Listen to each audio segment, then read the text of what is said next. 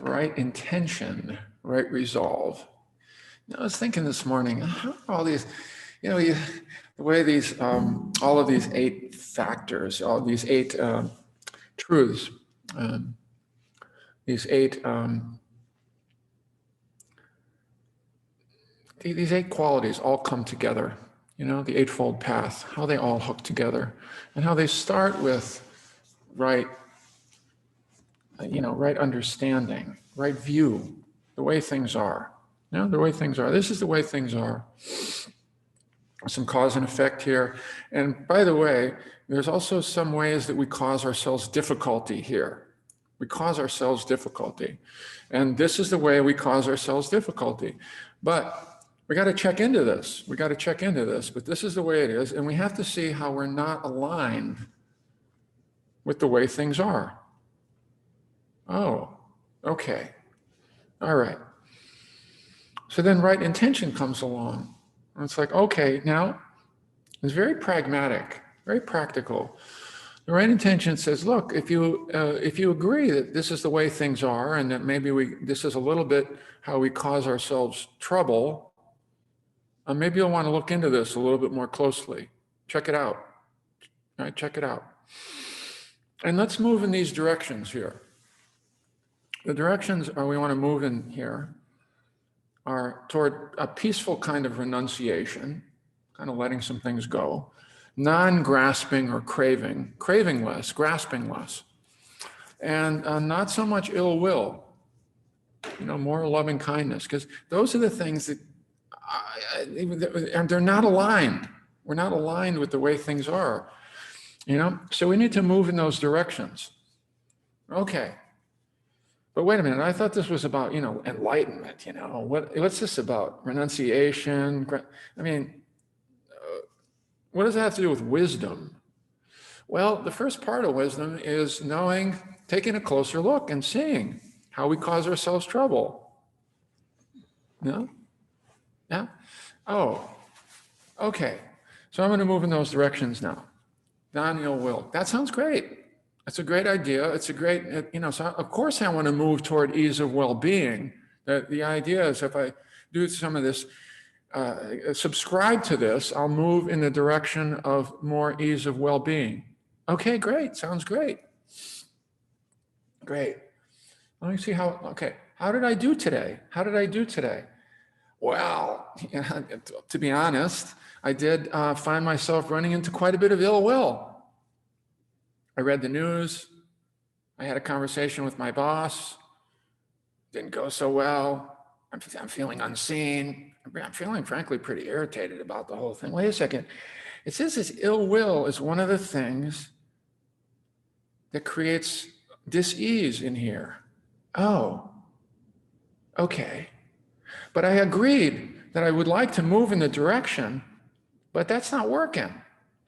Oh, maybe I need to pay attention more to my speech. Oh, maybe right speech should be in there.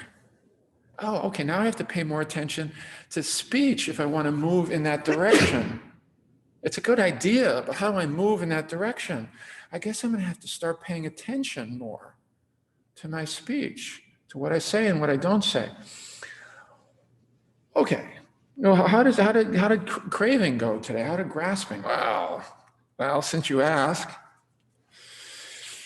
I had a chocolate attack today, number one. How did that work out? Well, I got a bellyache, and I got actually this whole sugar thing that happened for me. How did that work?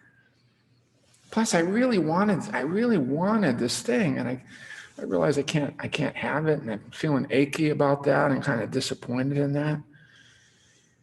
And also, I found myself impulsively just doing stuff, and it didn't feel good. Oh, maybe right action. Maybe we have to start paying attention to what we do and how we do it in order to move in the direction of ease of well-being, et cetera, et cetera. And all of the eightfold is start to come in here. Oh, okay, so that means, okay, I need to pay more attention. I just need to pay more attention. I get it. I need to practice paying more attention. That's called right mindfulness. Oh, but the mind keeps slipping away. I mean, I'm trying to pay attention, but it just keeps slipping away. Oh, maybe right concentration has to be part of it. Okay, but when I concentrate, I get really uptight. I mean, I'm trying really, really hard. Oh, maybe right effort has to be part of it. Because I want to move in this direction, but I'm not paying attention very well, and I'm trying too hard. I'm making too much effort. And so in this way, you start to see how they all hook together. What is a good idea and something to check out, now we have to check it out. Because the idea, we know this, in so many ways we know this in our lives, just having the idea about something, even if it's a good idea, I subscribe to that. Yep. Oh, I subscribe to my New Year's resolutions every year. How does that work? The resolution is one thing. The resolve is one thing. The resolve usually comes from having seen that some of what I've been doing hasn't been working so well. Now I'm going to make the resolve. That's still not going to take care of it. Now I still have to make some decisions here.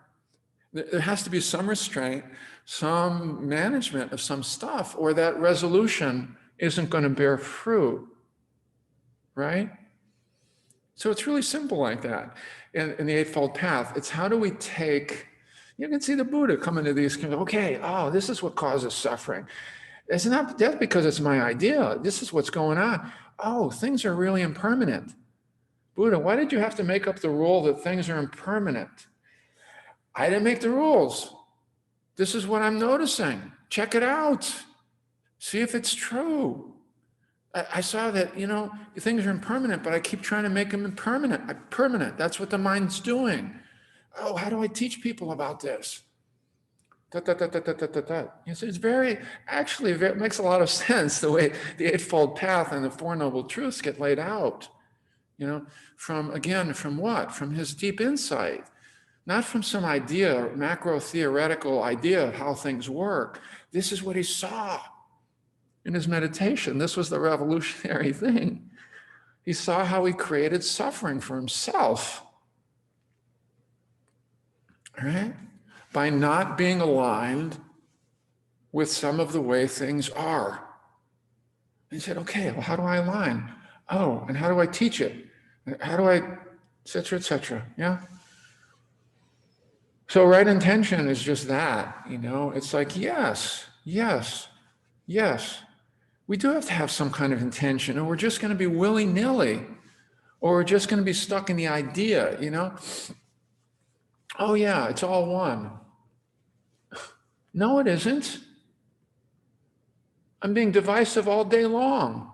It's a good idea that it's all one, that I start to relate as if we all are interconnected, as if we're all part of one tribe, one family, as if everyone was once a mother in a previous life. That's a great idea. I love it. But that's not how I'm moving through the world. So how do I see, it's going to take baby steps. It's going to take practice, just like playing an instrument. When I started playing an instrument, I want to make beautiful music. That's a great idea. It's a great idea. I want to do that. I'm going to resolve to do that. Well, that's not happening until I pick up the instrument every day and play scales and learn how to hold this thing. Right? That's all I got for you on right intention today. It's right intention is paving the way now for all of the practices and how they continue to fold back in these circular ways. As I pay more attention, I see even more. And I see even more the Four Noble Truths. I see how that's working. It's not an idea anymore. I see it in here. I see why there's 8 folds to the Eightfold Path, not just one. I see that now. So that makes me want to sign up a little bit more, practice a little bit more. because it really is connected with moving toward ease of well-being. Yeah, yeah.